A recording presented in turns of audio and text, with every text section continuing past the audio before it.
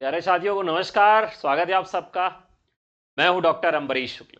आज का एपिसोड बहुत ही महत्वपूर्ण है क्योंकि आज हम सब बात कर रहे हैं कुछ ऐसी रचनाओं का जिनका नाम मिलता जुलता है। सोचिए जरा कि आपके घर में चार लोगों का नाम एक जैसे हो जाए तो आप कैसे याद रखें। वही समस्या हिंदी साहित्य के इतिहास में भी खड़ी है और इस समस्या का समाधान आज की क्लास में प्रस्तुत है। इसके पहले इसके दो एपिसोड हो चुके हैं, एपिसोड 1 एंड एपिसोड 2, जिसमें हिंदी साहित्य की मिलती जुलती रचनाओं को लिखाया गया है। इन रचनाओं को मैं नोट करवा रहा हूं। मैं चाहता तो आपको पीडीएफ दे देता, लेकिन इससे आपको रचनाएं याद नहीं होंगी। तो मेरा उद्देश्य है कि इन रचनाओं को आपको याद भी कराया जाए। तो चलिए शुरू करते हैं। जो लोग नए जुड़े हैं वो फटाफट लाइक कर दें और कमेंट बॉक्स में आ जाएं। और आज का जो पहला फैक्ट है वो आपके सामने मैं प्रस्तुत कर रहा हूं। तो चलिए शुरू करते हैं। एक बार आप सब कमेंट करके बता दें, आवाज मिल रही है? तो रंजना, लेटेस्ट न्यूज, अमित, सुप्रिया, मीना, सबका स्वागत है। और धीरे धीरे साथी और आ रहे हैं तो लोग आते जाएंगे और जुड़ते जाएंगे।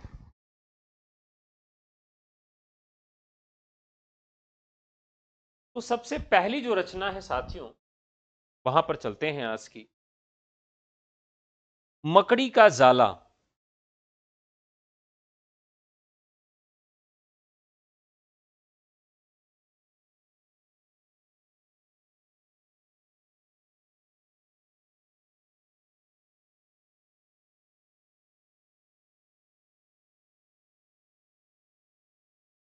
सही है, ठीक है। मकड़ी का जाला जो रचना है वो जगदीश चंद्र माथुर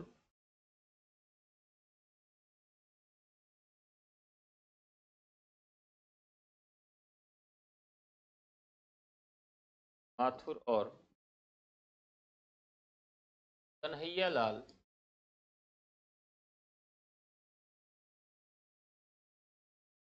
दोनों की रचना है।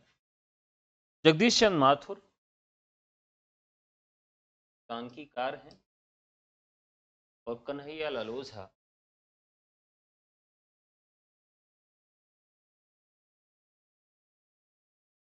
ये रहा आज का पहला फैक्ट। दूसरे पे चलते हैं।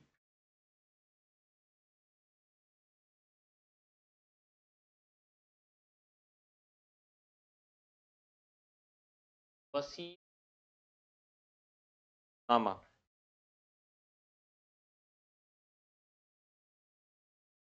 भगवती चरण वर्मा। धर्मवीर भारती। धर्मवीर भारती का ये, अच्छा, कहानी जो इनकी आती है वसीयत के नाम से। कहानी आती है और वसीयत के नाम से ही इनका नाटक भी मिलता है। ये आज का दूसरा फैक्ट रहा।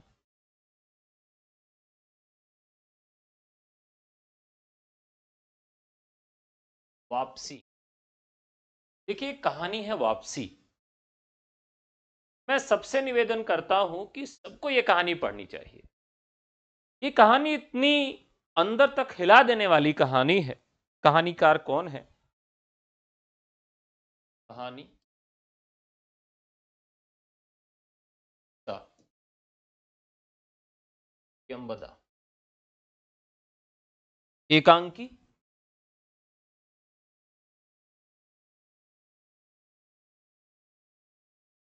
जयशंकर। दरअसल इस कहानी में बताया गया है कि एक व्यक्ति जो पूरे जीवन भर अपने परिवार के लिए नौकरी करता है, पैसे कमाता है और घर से दूर रहता है, अपने रिटायरमेंट के बाद जो अपने घर वापस आता है तो उसके घर वाले उसको स्वीकार नहीं करते हैं। स्वाभाविक है कि कई समस्याएं भी हैं जिसमें वो टीका टिप्पणियां करता है कि जहां पर घर वालों को थोड़ा भी किसी के टीका टिप्पणी की आदत नहीं थी, तो वहां पर टीका टिप्पणी होने लगती है कि कहाँ जा रही हो, कहाँ जा रहे हो, कब आओगे, क्या कर रहे हो। तो ये सब चीजें क्या होती हैं, बहुत ही ज्यादा लोगों को बुरी लगती हैं। तो बुढ़ापे में हम सबको जाना है, और रिटायरमेंट के बाद हमारे बच्चे हमको स्वीकार करेंगे कि नहीं करेंगे, इस कहानी ने पूरा का पूरा आईना दिखा दिया है। ठीक है, अगला, हलवा क्लब।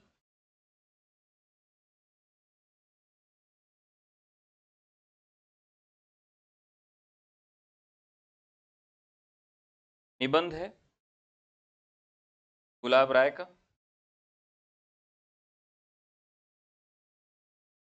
काफी महत्वपूर्ण है। और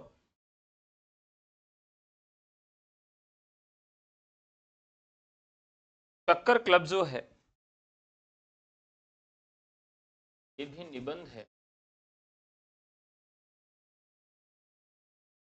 यशपाल का।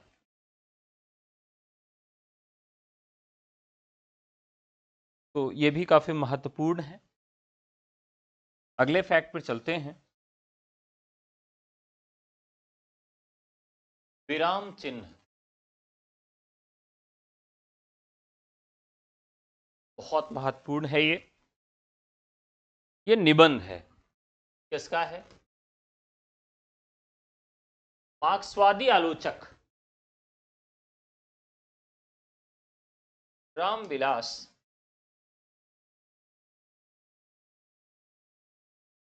शर्मा का विराम चिन्ह कविता है।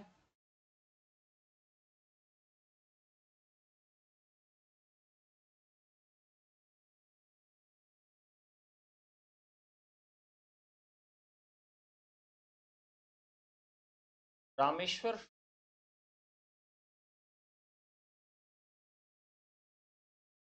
अंचल की।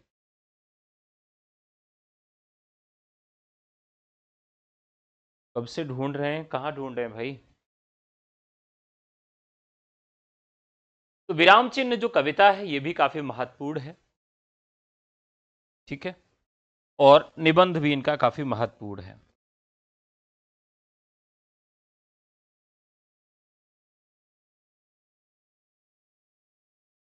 सह और मात, यह उपन्यास है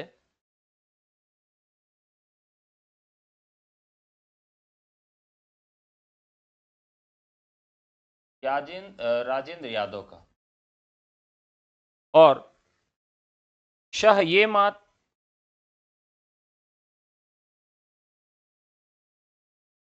ये नाटक है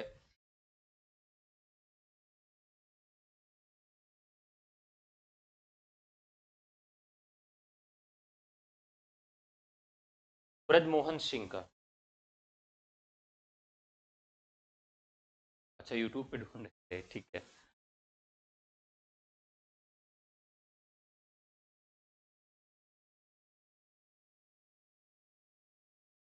चरणदाता बहुत ही महत्वपूर्ण कहानी है। ये अज्ञे की कहानी है, बहुत महत्वपूर्ण।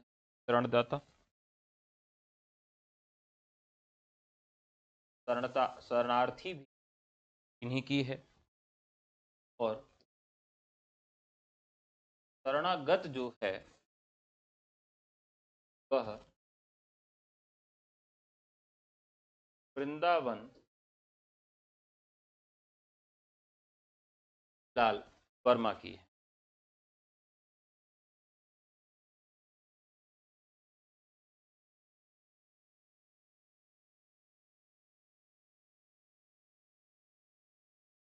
अच्छा अच्छा, ब्रिजमोहन सिंह हो गया है क्या यहाँ पे?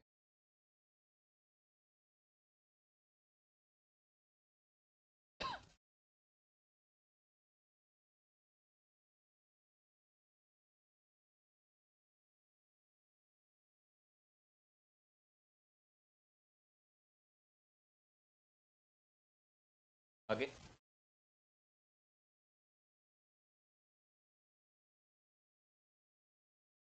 शिखर से सागर तक, मोस्ट इंपॉर्टेंट है ये निबंध का है। प्रसाद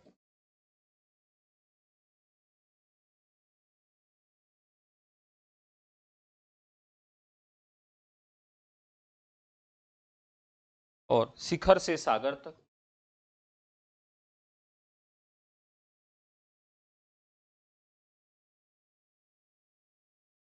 यह साथियों जीवनी है बहुत महत्वपूर्ण राम कमल राय की।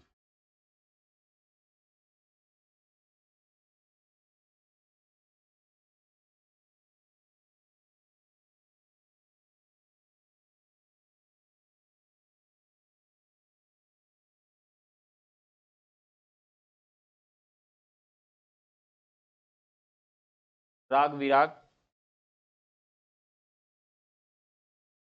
निराला की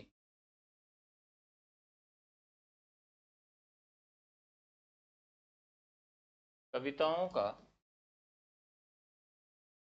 संग्रह, संपादक हैं रामविलास शर्मा।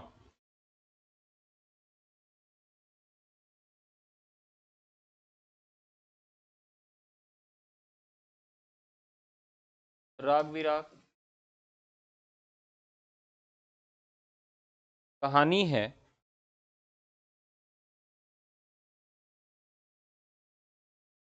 हरिशंकर परसाई की।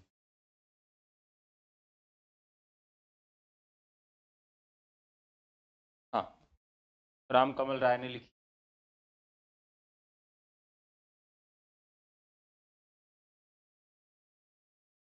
इसके बाद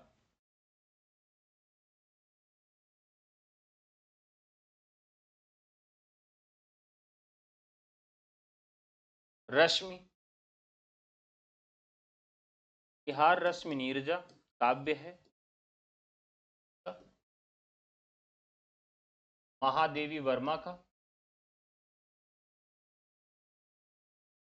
और रसमथी भी काव्य है।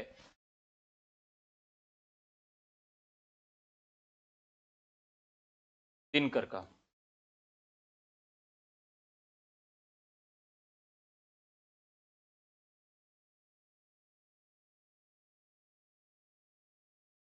अब बात करते हैं महाभोज का।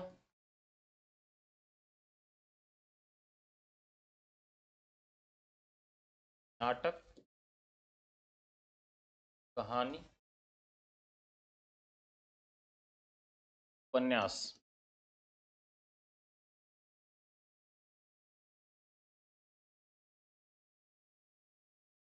ये तीनों रचनाएं बहुत ही ज्यादा महत्वपूर्ण हैं। नाटक और उपन्यास मन्नू भंडारी का है।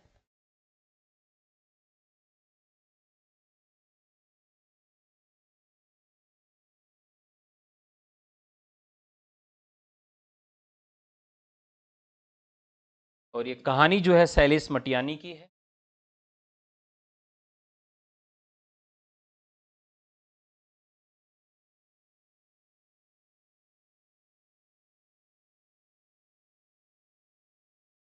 ठीक है, ये महाभोज के नाम से कई बार कंफ्यूजन हो जाता है, तो इनका नाटक भी है और इनका उपन्यास भी। तो दोनों है, तो इस तरह से इसको याद रखिएगा।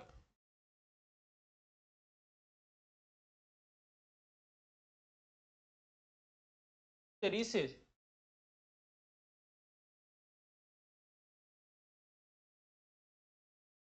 धारा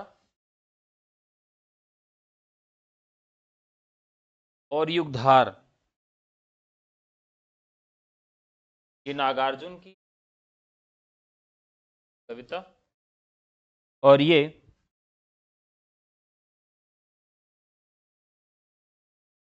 मोहनलाल द्विवेदी की है।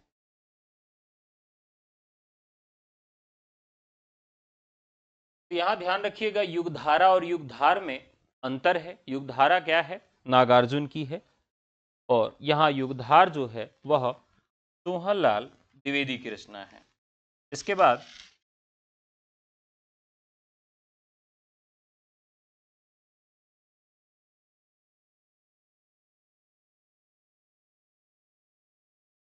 मुक्तिपथ,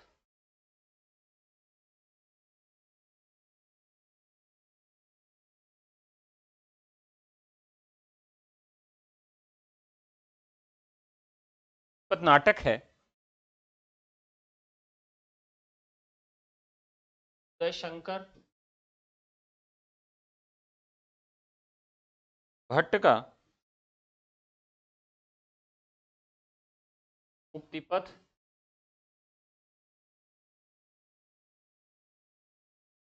उपन्यास है।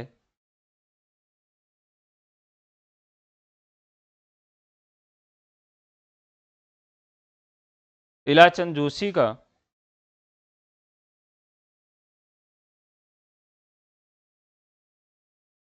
पथ उपन्यास है।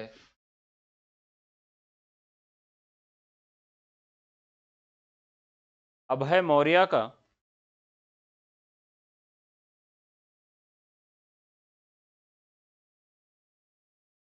मुक्ति पर्व।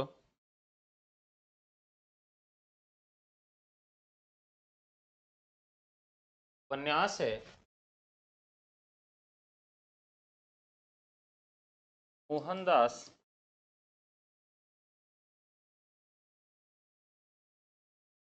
हेमिश राय का।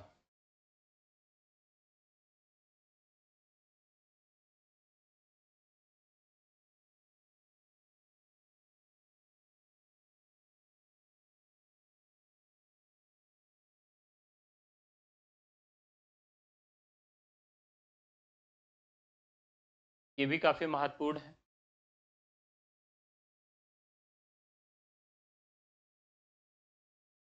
मुक्ति प्रसंग,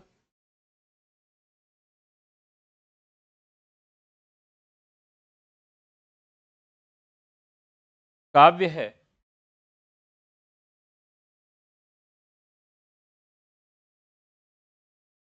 राजकमल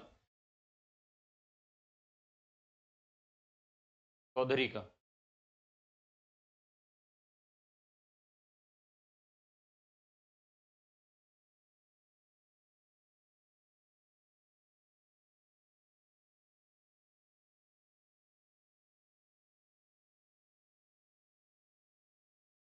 नौ भक्तमाल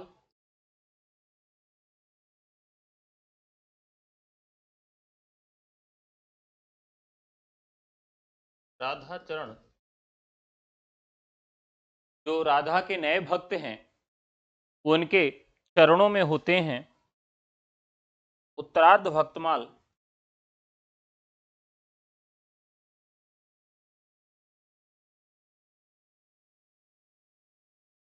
भारतेंदु हरिश्चंद्र।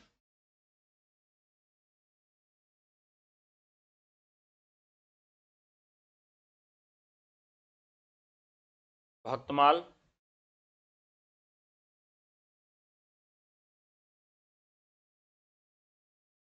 नाभादास। माल वास्तव में है क्या? इसमें कवियों का जीवन वृत्त है। भक्त नामावली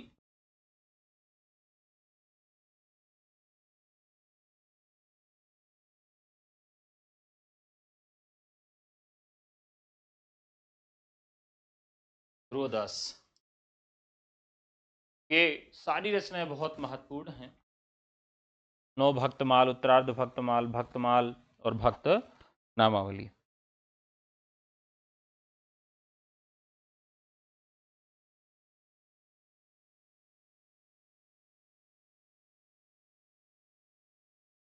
अगली रचना है अर्थेश्वर बाहुबली रास।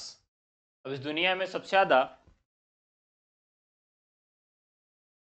जो बाहुबली है कौन बाहुबली है? जिसके पास सालियां अधिक हैं। सालिभद्र और कैसी सालियां हों? भद्र सालियां हों। सालिभद्र शूर। भरतेश्वर बाहुबली घोर रास।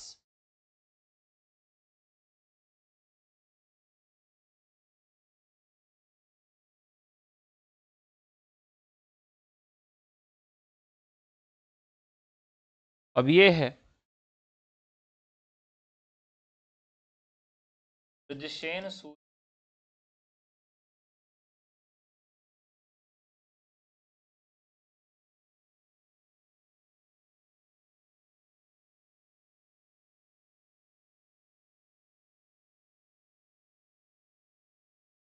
बांधो न नाव इस ठाव।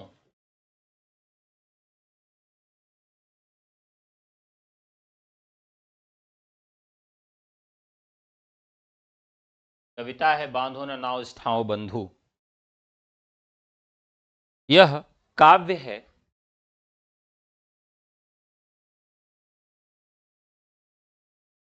निराला का। बांधो न नाव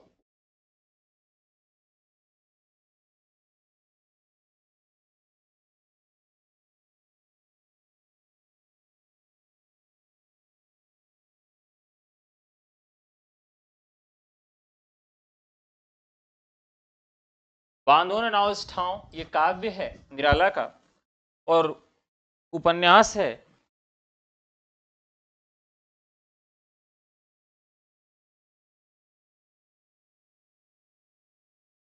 वेदनाथ हस्क का। इसकी कई बार काव्य पंक्तियां पूछी जाती हैं। ठीक है, कई बार इसकी काव्य पंक्तियां भी पूछी जाती हैं।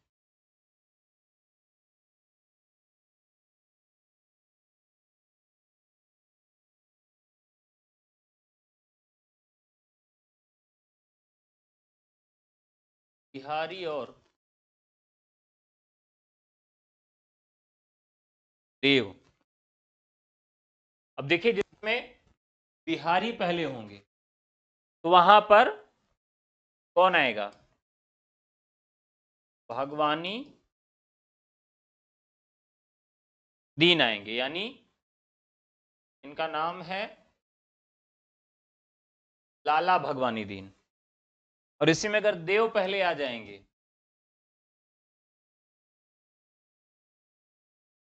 देव और बिहारी, देव आ गए पहले, क्या होगा?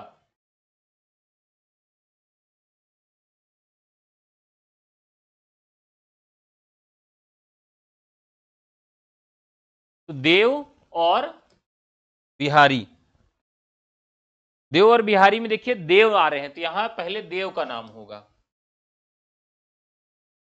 कृष्ण बिहारी। ठीक है, ऐसे याद रखेंगे इसे। बिहारी में लाला पहले आएंगे, लाला बिहारी, और देव में कृष्ण आएंगे तो कृष्ण देव हैं।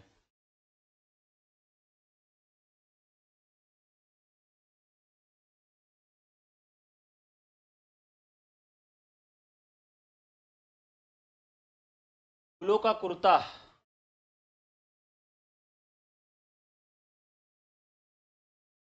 दरअसल फूलों का कुर्ता में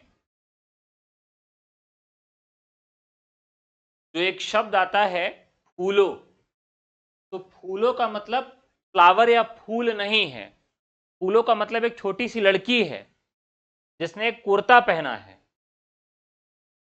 ठीक है, उसने एक कुर्ता पहना है तो उसी के कुर्ते के ऊपर है फूलों का कुर्ता। यशपाल। बहुत ज्यादा कोई फूलों का कुर्ता पहन लेगा तो बहुत ज्यादा क्या हो जाएगा? उसका यश होगा। क्या होगा? उसका बहुत ज्यादा यश होगा। यशपाल। फूलों का गुच्छा। लोग फूलों का गुच्छा चढ़ाने कहां जाते हैं? काशी। काशी में कौन रहता है? भारतेंदु। बड़ी बोली कविता है इसमें।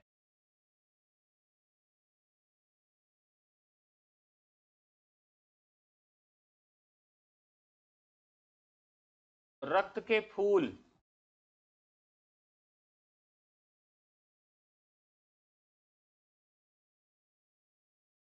योगेश कुमार।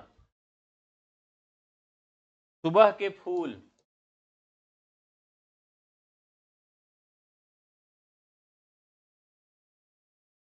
महीप सिंह। महीप किसको कहा जाता है? राजा को। सेमल के फूल। समय एकदम खिले हुए हैं।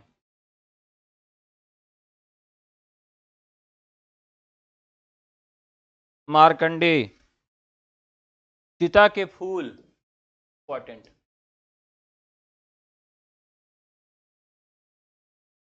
चिता के फूल।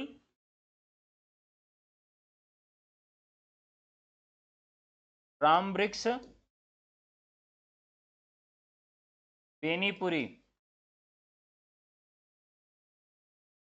चिता में किसकी लकड़ी लगाई जाती है?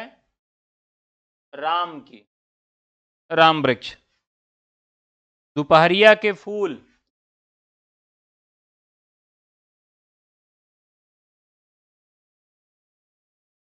दोपहरिया बड़ी रोमांटिक होती है, इसलिए दो लोग इसमें होंगे। दुर्गेश, नंदिनी, डालमिया। दुर्गेश, नंदिनी, डालमिया। जंगल के फूल। अब जो जंगल के फूल होते हैं वो इंद्र के लिए होते हैं। राजेंद्र।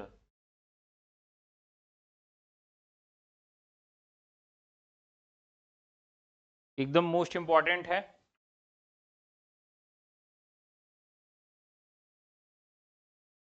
इसी तरीके से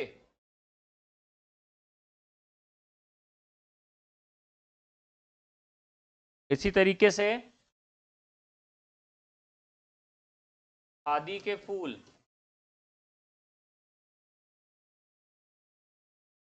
अरे दोपहरिया ऐसी भी हो, कोई दिक्कत नहीं है। सब योद्धा वीर सब लगे रहते हैं। कभी पार्कों में जाके देखिए, कैसी भी गर्मी क्यों ना हो, दिनेश, नंदिनी, डालमिया, दोपहरिया के फूल खिलाते मिल जाएंगे। आदि के फूल बहुत महत्वपूर्ण है। हरिवंश राय, बच्चन। नीम के फूल गिरिराज किशोर।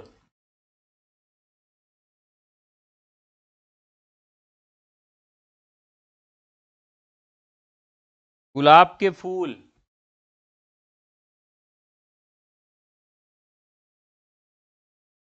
गुलाब के फूल जो होते हैं किस समय सबसे अच्छे होते हैं?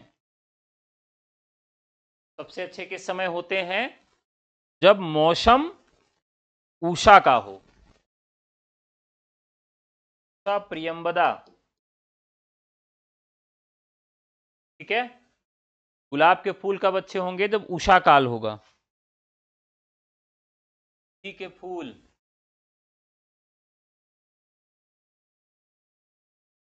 जूही के फूल किसको चढ़ते हैं? राम कुमार वर्मा।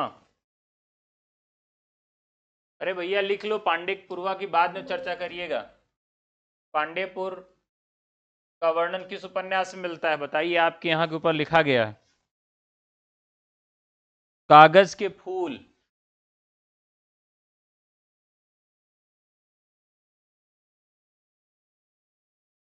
भारत भूषण अग्रवाल। को कैसे याद करेंगे? देखिए, कागज पे भारत के फूल खिले। फूल कहां खिले? कागज पर खिले। कि भारत का विकास वैसे नहीं हो पाया, कहां हुआ? कागज पर हुआ। भारत भूषण अग्रवाल। कमल के फूल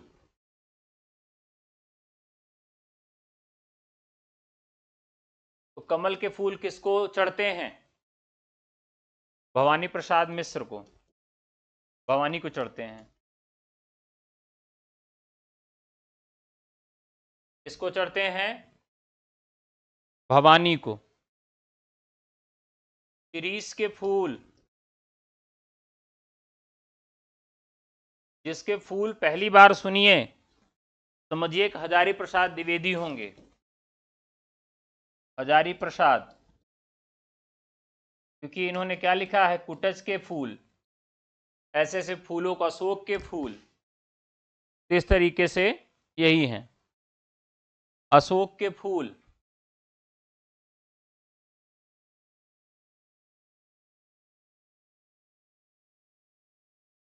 हजारी प्रसाद द्विवेदी।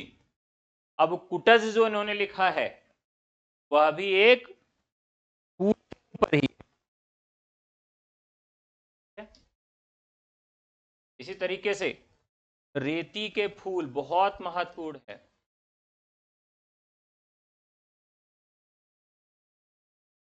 अब देखिए रेती के फूल, रेत, रेत क्यों हुई होगी वहां पर? क्योंकि वहां पर सबसे ज्यादा धूप पड़ी होगी। कोई चीज रेत कैसे होगी? धूप के कारण। यानी रामधारी सिंह दिनकर, दिनकर का मतलब सूर्य सबसे ज्यादा जहां प्रभाव डालेगा वहां पर क्या होगा? वहां पर रेती के फूल खिलेंगे।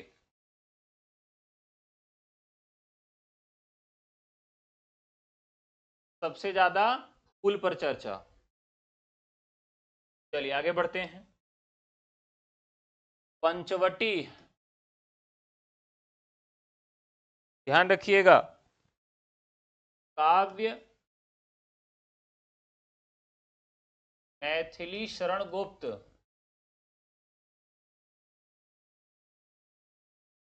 अब ये क्या है? काव्य है। किसका? पंचवटी। पंचवटी प्रसंग,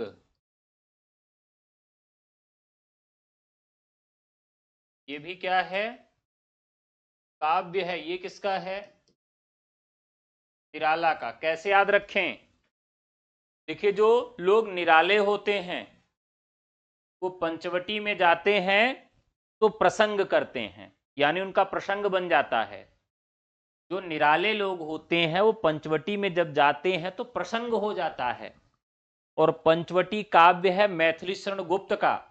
तो प्रसंग से निराला को याद रखिएगा कि निराला इतने अद्भुत निराले थे कि हर जगह उनके प्रसंग बन जाते हैं। पंच परमेश्वर,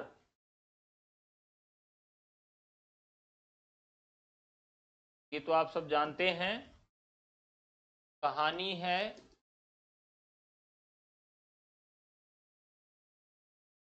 प्रेमचंद की।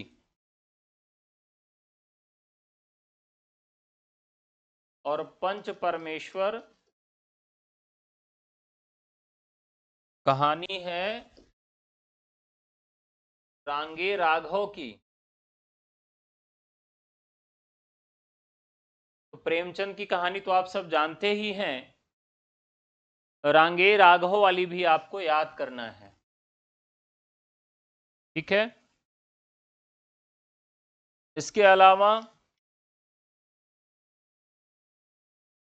आगे बढ़ते हैं।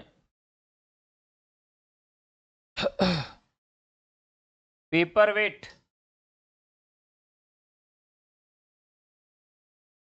पेपरवेट जो है कहानी है राज किशोर की। अब देखिए पेपरवेट होता क्या है, थोड़ा सा जान लीजिए क्योंकि बहुत महत्वपूर्ण रचना है। हमारे समाज में ज्यादातर जो पुरुष हैं वो पेपरवेट हैं। पेपरवेट का मतलब आपने देखा होगा कि जो मेज होती है उस पे कांच का ऐसे गोला गोला कुछ रखा रहता है। वो क्यों रखा जाता है? रोक टोक के लिए। किसके? कागज के लिए। तो वैसे हमारे घर, हमारे समाज के जो पुरुष हैं वो बहुत रोक टोक करते हैं। कहाँ जा रही हो, किसके साथ जा रही हो, कब तक आओगी, वो कौन था, किससे हंसी, क्यों हंसी, कितना देर बात की, क्यों बात की। तो कहां, कब, क्यों, कैसे, ये सारे शब्द पुरुष प्रयोग करता है। तो ऐसे पुरुषों को पेपरवेट कह सकते हैं आप। किसकी कहानी है? किशोर, गिरिराज किशोर की। तो देखिए, जब कोई किशोरावस्था में प्रेम करता है, वो पेपरवेट के जैसे बहुत ज्यादा पूछताछ करता है। लेकिन जब एक पुरुष बहुत मेच्योर हो जाता है, तब वो पेपरवेट नहीं रहता, के अंदर थोड़ी सी गंभीरता आ जाती है। और वही किशोरावस्था में होता, क्या करता है, वो बहुत ज्यादा पेपरवेट के जैसे पूछताछ करता है। तो गिरी, राज, किशोर, किशोर से इसको जोड़कर आप याद रखिएगा। पेपरवेट नाटक भी है। पेपरवेट नाटक भी है। किसकी है? रमेश उपाध्याय की।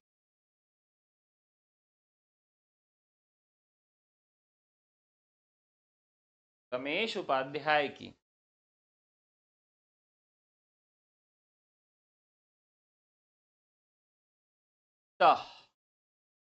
कहानी है ज्ञान रंजन की। देखिए, जो पिता होता है वो हमेशा आपको क्या देता है? ज्ञान देता है। पिता कहानी, पिता आपके लिए सदैव धरती की तरह से है।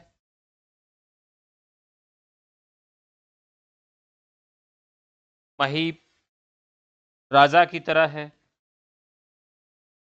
पिता कहानी है धीरेन्द्र अस्थाना की।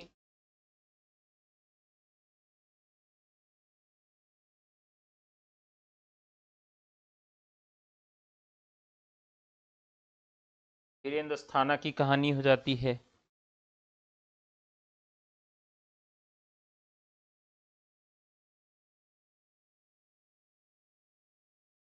केवल पिता,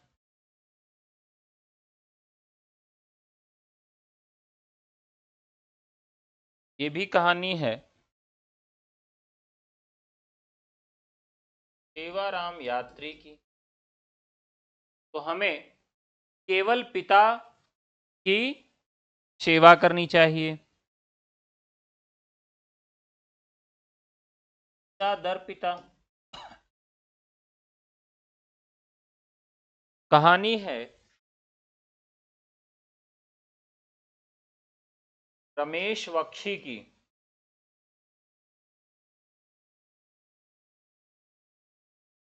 ये सारी रचनाएं हुई पिता से मिलती जुलती।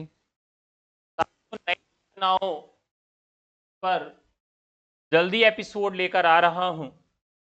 जो नई चर्चित रचनाएं हैं उन पर एपिसोड मैं लेकर आने वाला हूं।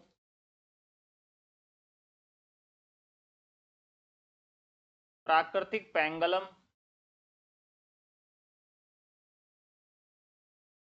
प्राकृतिक पेंगलम जो रचना है कि घर में लक्ष्मी बहुत ज्यादा आती हैं तो पेंगलम हो जाता है, पागल हो जाता है। प्राकृतिक पेंगलम की टीका।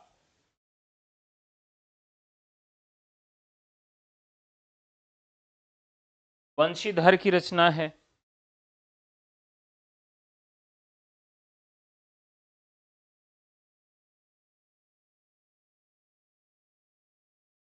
नीली झील। कहानी है कमलेश्वर की, बहुत महत्वपूर्ण कहानी है। ये जो रचनाएं लिखा रहा हूं इनकी विधाएं भी पूछी जाती है। नीली झील एकांकी है।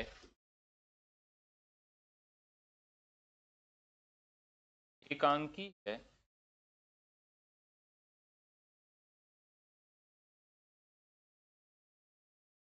धर्मवीर भारती की।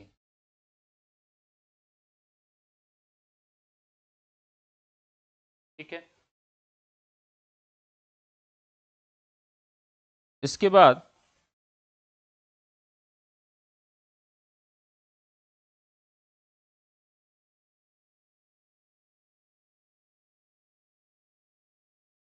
एक पति के नोट्स बहुत महत्वपूर्ण।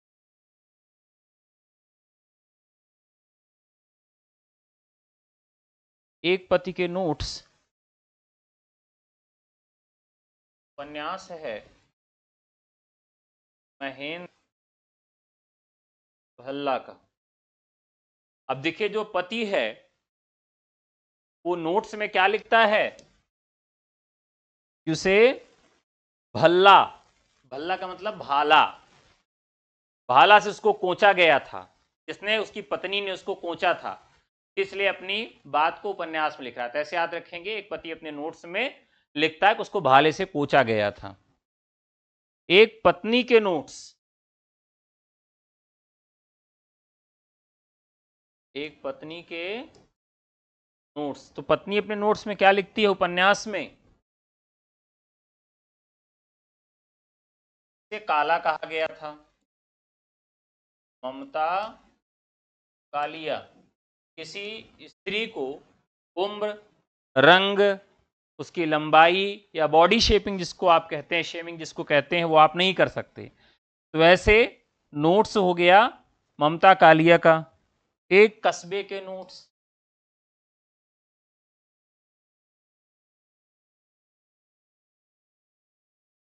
तो एक कस्बे में नोट्स कौन लिख रहा है? उपन्यास है नीलेश रघुवंशी का।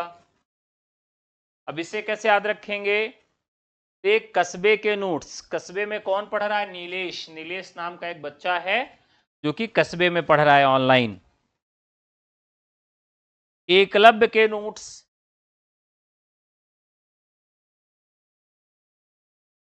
एकलव्य भी बहुत दुखी था, गुरु नहीं मिल रहे थे, तो उसने क्या किया? नोट्स लिखा। किसके लिए? फणीश्वर नाथ रेणु, यानी वो फनों के जो ईश्वर हैं, नाग देवता के पास दुखी होकर जाता और कहता है कि मुझे कोई भी गुरु नहीं मिल रहा है।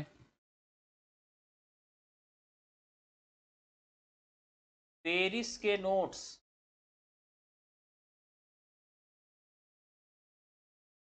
और ये किसका है?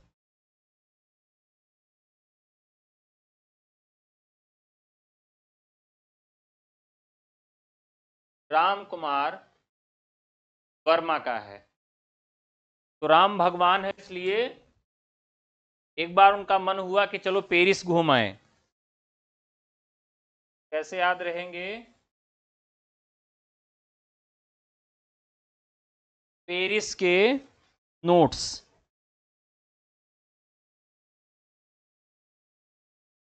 ठीक है, चलिए अब सबसे महत्वपूर्ण रचनाओं की तरफ चलते हैं।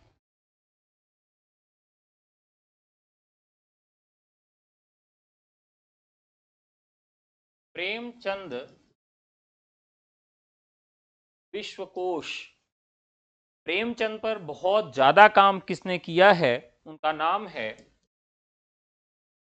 कमल किशोर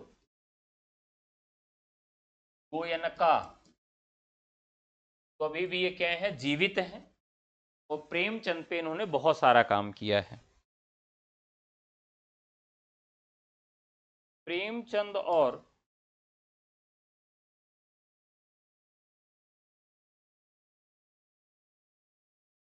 प्रेमचंद और उनका साहित्य मनमथ गुप्त। प्रेमचंद और गांधीवाद,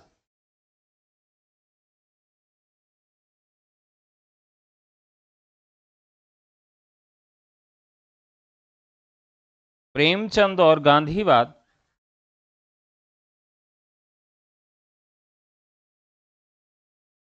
रामदीन गुप्त। तो गांधी क्या करते थे? राम राज्य की कल्पना प्रेमचंद अध्ययन की नई दिशाएं।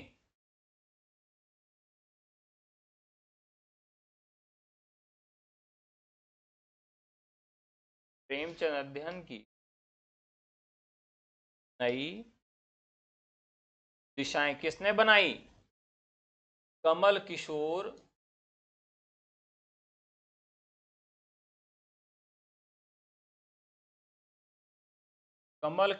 गोयनका ने बनाई। प्रेमचंद की कहानियों का कालक्रमानुसार अध्ययन।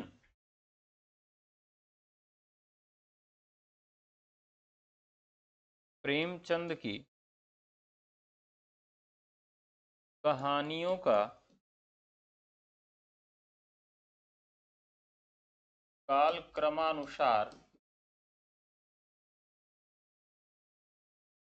अध्ययन कौन करेगा? अध्ययन यह भी करेंगे कमल किशोर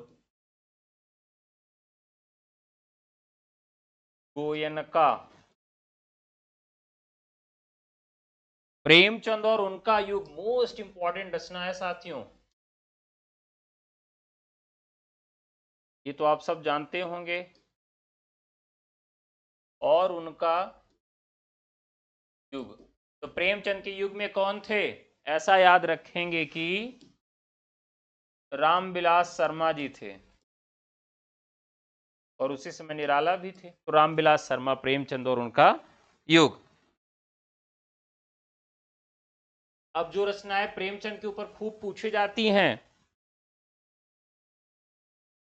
प्रेमचंद घर में कौन बात ये लिखेगा जो उनके घर में रहता था? कौन रहता था? शिवरानी देवी, वही लिखेगा। कलम का मजदूर,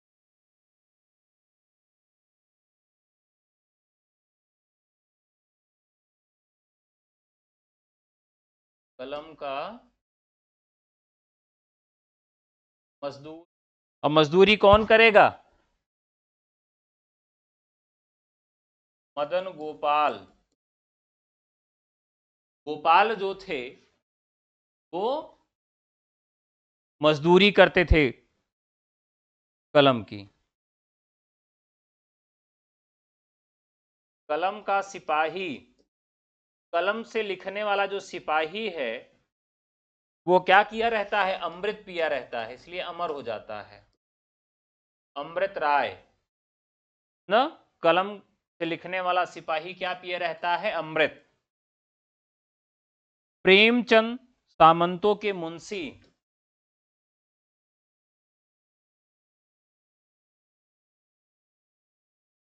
सामंतों के मुंशी बहुत महत्वपूर्ण है। धर्मवीर। अब देखिए, जो सामंत होते थे, जो सामंत होते थे, वो धर्म में भी बहुत वीर होते थे। प्रेमचंद साहित्यिक विवेचन,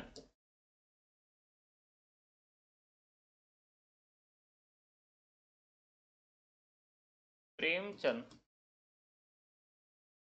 साहित्यिक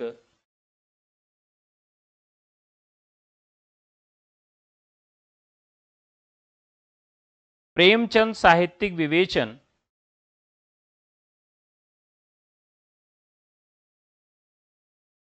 नंदुलारे वाजपेयी। प्रेमचंद एक विवेचन,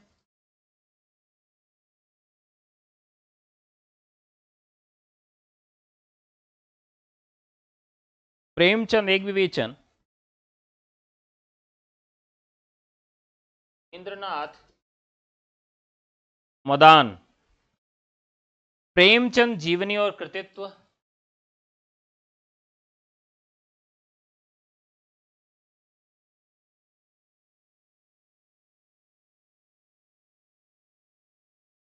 प्रेमचंद जीवनी और कृतित्व हंसराज रहबर और प्रेमचंद चिंतन और कला।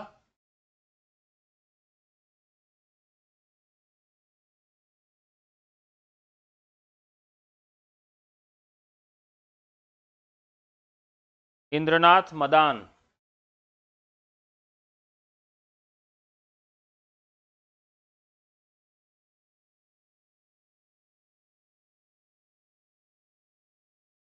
तो ये जो है साहित्य की कुछ महत्वपूर्ण मिलती जुलती रचनाएं हैं जिन पर आज हम लोगों ने चर्चा किया। अब नेक्स्ट एपिसोड जब हम लेकर आएंगे तो आपको मैं कुछ चर्चित और नवीन रचनाएं लिखाऊंगा, बताऊंगा। जैसे कुछ रचनाएं आपको मैं आज बता देता हूं जिनके उत्तर आपको ढूंढने हैं। नंबर 57, 51।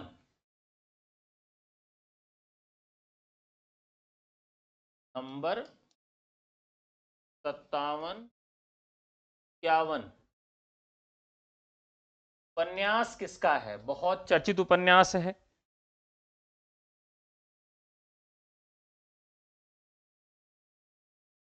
मायापूत।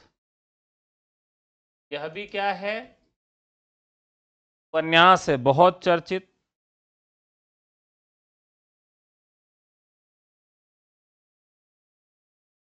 इसके अलावा तो इसी तरीके से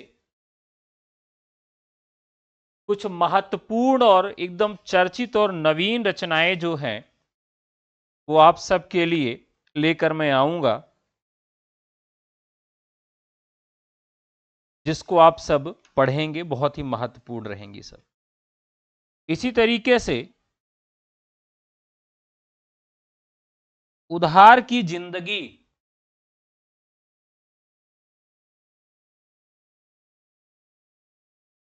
ये कहानी है और ये कहानी एकदम नवीन कहानी है और ये दलित विमर्श से संबंधित कहानी है।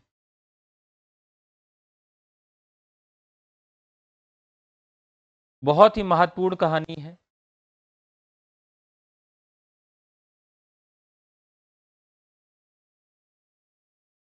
तो इस तरीके से कुछ और महत्वपूर्ण और नई कहानियां यहां पर आपको मिलेंगी।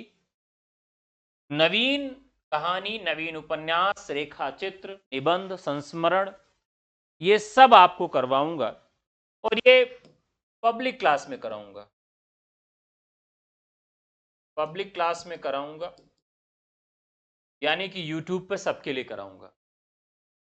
अगर आप सब होली का ऑफर लेना चाहते हैं, नए बैचेस में सम्मिलित होना चाहते हैं, TGT, PGT, LT grade, GIC प्रवक्ता, असिस्टेंट प्रोफेसर, केवीएस, एनवीएस, डीट plus B, TGT, PGT, BPSC, tier 4, UGC NET के किसी बैच से जुड़ना चाहते हैं, असिस्टेंट प्रोफेसर का बैच लेना चाहते हैं, तो आप हमें केवल व्हाट्सएप करके हमारे बैचेस से जुड़ सकते हैं। हमारा नंबर है 9828 95 92 37।